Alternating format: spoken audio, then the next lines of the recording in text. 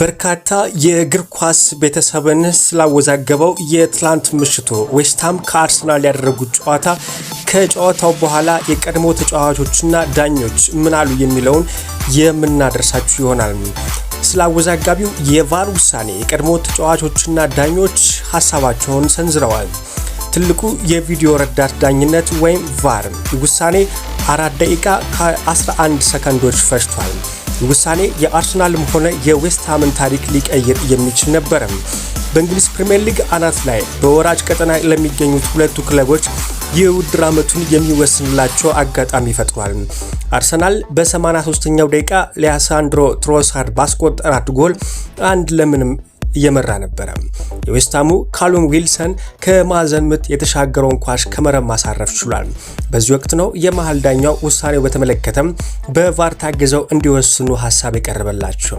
ዳኛው በአርሰናሉ ግብ ጠባቂ ላይ ጥፋት ተሰርቷል በማለት ጎልን ሽረውታል።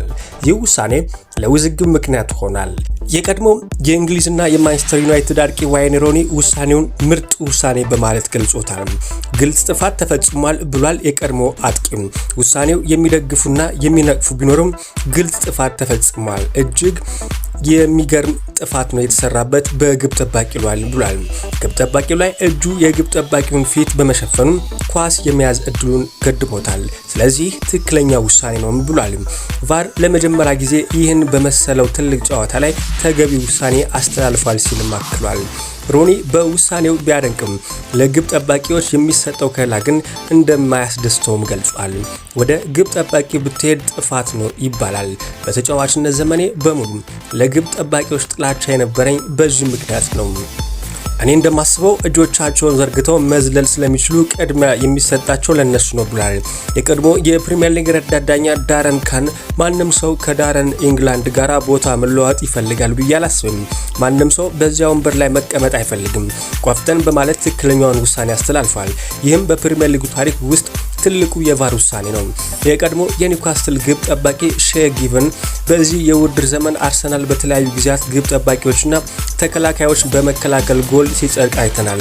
ሁሉም ሰው በዳኝነት ውሳኔው ወጥነት ዙሪያም ተበሳጭቷል። አንዳንድ ጎሎች እንዲጸድቁ ተደርጎ ለምንድነው ሌላኛው የተከለከለው ሲልም ጠይቋል። ሌላው ጉዳይ ደግሞ በራያ ላይ ጥፋት ከመፈጸሙ በፊትም ጋብሪኤል ኦዴጋርድና ትሮሳርድ ተጫዋቾችን ይዘው ነበር። ዳኛው እሱ ጥፋት ያለውን የመረጠውና ቀድመው የሰሩትን ለመተው የወሰነው መቼ ነው ሲል ጠይቋል። ዌስትሃም ጎል አለመሰጠቱ ውዝግብ የፈጠረው አርሰናል ስለሆነ ነው ሲልም ከሷል። ባለፉት ጊዜያቶች ለወሰኗቸው ውሳኔዎች ተጠያቂ ሊሆኑ አይችሉም ያለው የቀድሞ የሊቨርፑል አማካይ ዳረን መርፊ ነው። የቫር ተቆጣጣሪዎች የሚያዩትን መናገር አለባቸውና ግልጽ የሆነ ጥፋት ነው የተፈጸመው። አርሰናል ስለሆነ ብቻ ነገሩን ማዛባት የለብንም ብሏል።